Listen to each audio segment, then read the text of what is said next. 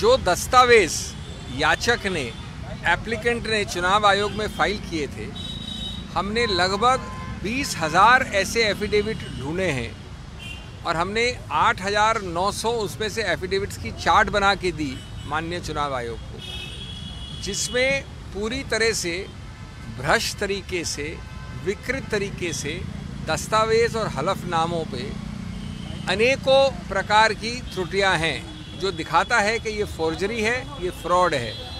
उदाहरण के तौर पे एक कैटेगरी है जहाँ की व्यक्ति विशेष मृत है, जिसकी मृत्यु हो गई है, उसका भी एफिडेविट डाला गया है। दूसरा उदाहरण है कि वो माइनर है, यानी अल्पायु का है, 18 वर्ष से कम है, एफिडेविट डाला गया है। तीसरा कैटेगरी है, कई ऐसे एफिडेविट हैं जिसमें जो पद लिखा है एनसीपी का, वो पद कहीं जानता ही नहीं है। एनसीपी के संविधान में नहीं है, कभी लागू नहीं हुआ। चौथा कैटेगरी है जिसमें हमने दिखाया सिर्फ हाउसवाइफ लिख के फाइल कर दिया है, सिर्फ जोमेटो का सेल्स मैनेजर लिख के फाइल कर दिया है, इत्यादि इत्यादि।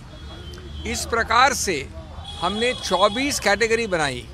24 कैटेगरी, उन 24 कैटेगरी से दर्शाते हैं कि ये सिर्फ मिथ्या प्रचार है, फ्रॉडुलेंट एफिडेविट्स हैं। एफिडेविट्स बनाए गए हैं सिर्फ एक झूठे केस को समर्थन देने के लिए।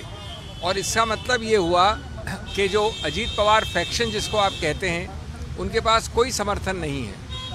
ये बहस और दलील 20 तारीख को चलेगी, लेकिन हमने साथ साथ मांग की माननीय चुनाव आयोग से कि ये इतना गंभीर है, इतना व्यापक है कि ये अति आवश्यक है कि आप इसके विरुद्ध कानूनी कार्रवाई करें। झूठा बयान, झूठे हलफनामे देने के लिए उनको दंडित करें।